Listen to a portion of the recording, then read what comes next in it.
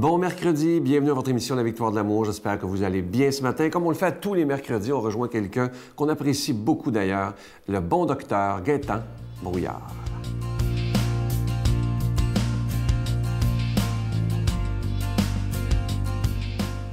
Bon matin tout le monde. Ce matin, nous allons parler du stress. Je crois que c'est un sujet qui est de plus en plus non seulement connu, mais de plus en plus reconnu comme étant présent constamment dans notre vie. Et malheureusement, on sait maintenant que le stress a des répercussions énormes sur notre santé. On en avait souvent qualifié comme étant le tueur numéro un, le tueur silencieux de la plupart, qui est à la source de la plupart de nos maladies d'ailleurs. Et j'aimerais vous donner quelques petits conseils ce matin. Le problème avec le stress, c'est que nous le vivons 24 heures sur 24. Il n'est pas rare que nous nous endormons même sous l'effet du stress et le stress nous poursuit pendant la nuit. Qu'est-ce que nous pouvons faire justement pour être capable de nous libérer de ce processus finalement qui est excessivement embarrassant et surtout qui coûte tellement cher à notre santé? Je pense que dans un premier temps, ça serait peut-être d'établir un peu qu'est-ce qui nous stresse dans la vie. Au lieu de toujours ressasser constamment dans notre tête qu'est-ce qui ne va pas, commencez par écrire qu'est-ce que vous ressentez comme tout à fait déplaisant. Qu'est-ce qui fait que vous vous ressentez tellement inconfortable? Donc, mettre ça sur papier, déjà, c'est enlever un peu de soucis dans votre tête, c'est enlever un peu de charge au petit hamster qui court incessamment dans votre tête. Et également sur papier, peut-être mettre qu'est-ce que ça apporte comme conséquence. Est-ce que les possibilités, les conséquences que ça arrive vont véritablement arriver ou pas? Parce que souvent, nous avons d'importants tracas et qui, au fond, quand on les regarde attentivement, qu'on commence à les examiner plus attentivement, on s'aperçoit qu'il n'y a aucune réalité finalement. Ce n'est qu'une possibilité infime de ce qui pourrait arriver dans notre journée. Donc, le plus souvent, c'est une disproportion qui prend énormément de place, mais qui n'ont aucune importance en bout de ligne, finalement. Qu'est-ce qu'on peut faire, par contre, lorsqu'on a une source de stress vraiment importante? Vous avez une mauvaise nouvelle, voilà, vous êtes complètement désemparé, votre adrénaline est à la planche, votre cortisol est à la hausse. Qu'est-ce qu'on fait dans ce temps-là? Bien, je pense que et moi, je regarde beaucoup la nature, qu'est-ce qui se passe quand il y a un objet de stress important? C'est d'aller justement faire de l'action, aller courir. Et c'est ainsi que l'animal va brûler son adrénaline et son cortisol de façon rapide en allant faire un exercice intense. Donc, aller s'asseoir des fois simplement trop lentement, tranquillement, examinant, en pensant de pouvoir relaxer facilement, ce n'est pas toujours une bonne idée. Donc, je vous souhaite véritablement une journée où vous pourrez relaxer et n'oubliez pas de faire un exercice intense parfois lorsque vous êtes trop stressé. Bonne semaine, bonne journée tout le monde. Notre Père qui es aux cieux, que ton nom soit sanctifié, que ton règne vienne, que ta volonté soit faite sur la terre comme au ciel. Donne-nous aujourd'hui notre pain de ce jour. Pardonne-nous nos offenses comme nous pardonnons à ceux qui nous ont offensés.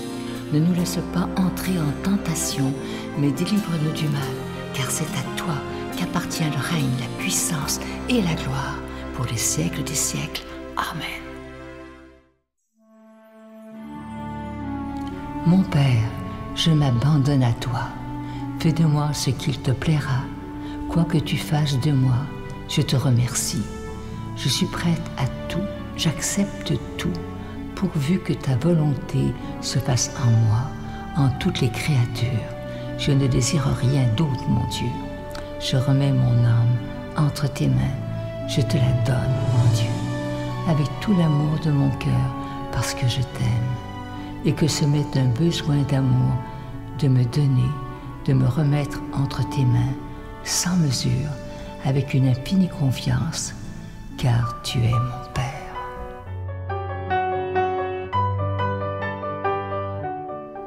Je vous parle toujours de ce beau cadeau du mois, une belle exclusivité de la Victoire de l'amour. Je vous rappelle, vous le voyez à l'écran présentement, c'est un pendentif avec le nom de Jésus.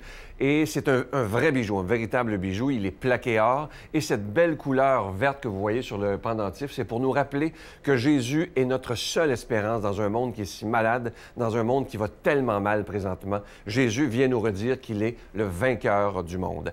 Et je vous rappelle que ce pendentif, il est déjà béni. Vous le recevrez avec un don de 25 $. Si vous en voulez deux, avec un don de 40 $, parce que ça se donne vraiment bien en cadeau. Et je vous rappelle que ce magnifique bijou a été fabriqué au Québec. Je vous donne l'adresse, la Victoire de l'amour, casier postal 120, succursale Boucherville à Boucherville, le J4B 5E6, je vous la redonne, la Victoire de l'amour, casier postal 120, succursale Boucherville à Boucherville, le J4B 5E6, également par téléphone, par carte de crédit du lundi au vendredi, de 8h30 à 16h30 dans le 514-523-4433, 514-523-4433 ou sans frais le 1-888-811-9291, 1-888-811-9291 et aussi sur notre site Internet, le www.lavictoiredelamour.org.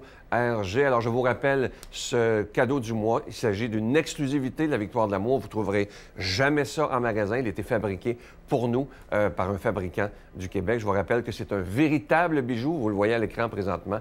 Et il est plaqué or. Et évidemment, comme je vous disais tantôt, cette belle couleur verte nous rappelle que Jésus est notre seule espérance. Je vous remercie de tout cœur de votre prière et merci de votre grande générosité.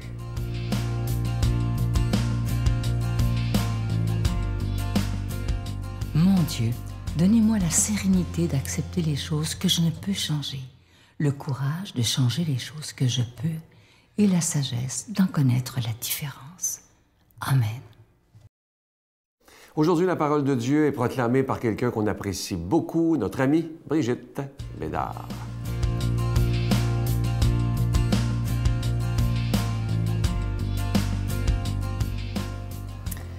Bonjour tout le monde. Aujourd'hui, nous sommes toujours dans l'octave de Pâques, alors on se régale. On se régale, on se régale. Et aujourd'hui, l'Évangile de Luc nous parle de deux disciples qui marchaient sur le chemin d'Emmaüs. Et là, tout d'un coup, Jésus arrive, mais ils ne le reconnaissent pas. Alors, je vous invite vraiment à fermer les yeux et à écouter pour vraiment suivre l'histoire. C'est un vrai film. Le même jour, deux disciples faisaient route vers un village appelé Emmaüs, à 2 heures de marche de Jérusalem, le même jour que Jésus est mort. Et ils parlaient entre eux de tout ce qui s'était passé. Or, tandis qu'ils s'entretenaient et s'interrogeaient, Jésus lui-même s'approcha et il marchait avec eux. Mais leurs yeux étaient empêchés de le reconnaître. Jésus leur dit: « De quoi discutez-vous en marchant? » Alors ils s'arrêtèrent tout tristes. L'un des deux, nommé Cléophas, lui répondit: « Tu es bien le seul étranger résidant à Jérusalem qui ignore les événements de ces jours-ci. » Il leur dit: « Quels événements? » Ils lui répondirent: « Ce qui est arrivé à Jésus de Nazareth, cet homme qui était un prophète puissant par ses actes et ses paroles devant Dieu et devant tout le peuple, comment les grands prêtres et nos chefs l'ont livré, ils l'ont fait condamner à mort et ils l'ont crucifié. Nous nous espérions que c'était lui qui allait délivrer Israël, mais avec tout cela, voici déjà le 3e jour qui passe depuis que c'est arrivé. À vrai dire, des femmes de notre groupe nous ont remplis de stupeur. Quand, dès l'aurore, elles sont allées au tombeau, elles n'ont pas trouvé son corps. Elles sont venues nous dire qu'elles avaient même eu une vision, des anges qui disaient qu'il est vivant. Quelques-uns de nos compagnons sont allés au tombeau et ils ont trouvé les choses comme les femmes l'avaient dit, mais lui, ils ne l'ont pas vu. Il leur dit alors: « Esprit sans intelligence, comme votre cœur est lent à croire tout ce que les prophètes ont dit, ne fallait-il pas que le Christ souffrit cela pour entrer dans sa gloire? Et pourtant, partant de Moïse et de tous les prophètes, il leur interpréta dans toute l'Écriture ce qui le concernait. Quand ils approchèrent du village où ils se rendaient, Jésus fit semblant d'aller plus loin. Mais ils s'efforcèrent de le retenir. « Reste avec nous, car le soir approche et déjà le jour baisse. » Il entra donc pour rester avec eux. Quand il fut à table avec eux, ayant pris le pain, il prononça la bénédiction et l'ayant rompu, il leur donna. Alors leurs yeux s'ouvrirent et ils le reconnurent, mais il disparut à leur regard. Ils se dirent l'un à l'autre, « Notre cœur n'était-il pas brûlant en nous, tandis qu'il nous parlait sur la route et nous ouvrait les Écritures? » À l'instant même, ils se levèrent et retournèrent à Jérusalem. Ils y trouvèrent réunis les 11 apôtres et leurs compagnons qui leur dirent, « Le Seigneur est réellement ressuscité. Il est apparu à Simon-Pierre. » À leur tour, ils racontaient ce qui s'était passé sur la route et comment le Seigneur s'était fait reconnaître par eux à la fraction du pain. Parole du Seigneur.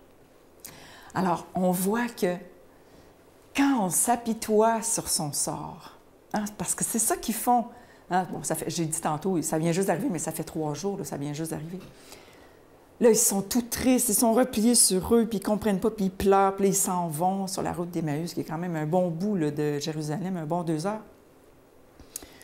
Et ils sont tristes. Jésus arrive, mais ils ne le reconnaissent pas. Quand on est retourné sur soi, là, Jésus a beau apparaître, là, Dieu a beau nous parler, on ne le reconnaît pas. Parce qu'on est tourné sur nous, sur notre tristesse. On s'apitoie, pauvre de nous. C'est ça qu'on espérait, c'est ça qu'on voulait. On pense à nos projets, à toutes nos idées, à nos conceptions de Dieu, puis on pense à nos idées. Puis là, Dieu arrive, il nous parle, il nous dit « Hey! » On ne le reconnaît pas. Puis à un moment donné, alors qu'il nous éclaire hein, de sa science, il persiste. Il persiste, il leur parle tout le long. C'est long, là. Arrive le soir, ils mangent, et c'est là qu'ils le reconnaissent. Il y avait comme une disposition du cœur tout d'un coup. Hein? Leur cœur était ouvert. Hein? Et là, ils le reconnaissent. Puis là, whoop, Jésus s'en va. Dieu s'en va, dès qu'on l'a reconnu. Puis là, ils partent à courir. Hein, c'est le soir, il est tard. Ben mais non, quand on a vu Dieu, on s'en fout, là. On part à courir, puis on va aller le dire à tout le monde. On s'en fout que ce soit tard, puis que ce soit loin, puis qu'on va passer pour des fous, peut-être. On s'en fiche. On a rencontré Jésus, puis on va le dire qu'il est vivant, qu'il est ressuscité. Je demande au Seigneur de nous éclairer de son Esprit Saint, de nous bénir. Au nom du Père, du Fils et du Saint-Esprit. Amen. Je vous salue Marie, pleine de grâce. Le Seigneur est avec vous. Vous êtes bénie entre toutes les femmes, et Jésus, le fruit de vos entrailles, est béni. Sainte Marie, Mère de Dieu, priez pour nous pauvres pécheurs, maintenant et à l'heure de notre mort. Amen. Je vous laisse avec une belle pensée qui, moi, me parle énormément. J'espère à vous aussi. J'ai toujours aimé cette pensée-là. Elle dit ceci. « Si tu veux ce que tu n'as jamais eu, fais donc ce que tu n'as jamais fait. » Et ça, c'est tellement vrai. Il y a des gens qui m'écrivent souvent et disent « Mon Dieu, moi, ma vie, ça va pas bien. Il y a ci, il y a ça, il y a telle ou telle chose. » Et parfois, je prends toujours le temps de répondre. Ça, je réponds toujours. À moins qu'on m'insulte, là, je ne perds pas mon temps avec ça. Mais je réponds à cette personne-là en disant « Est-ce que tu as changé des choses dans ta vie dans les dernières années, dans les derniers mois? » Et souvent, c'est non. On est toujours dans la même routine, puis on se demande comment ça fait qu'il n'y a rien qui change. Si on continue à faire les mêmes choses, il n'y a rien qui va changer. À demain. Là, je disais, t'es-tu fou? T'as-tu vu où ce qu'on est? On est dans le trou d'une prison. Puis non, en plus, je me disais en dedans, je suis dans la prison, la première prison est intérieure, dans le trou d'une prison extérieure. C'est encore pire. Là. Ouais. Tu vas me dire que... Tu vas me parler de Dieu, toi?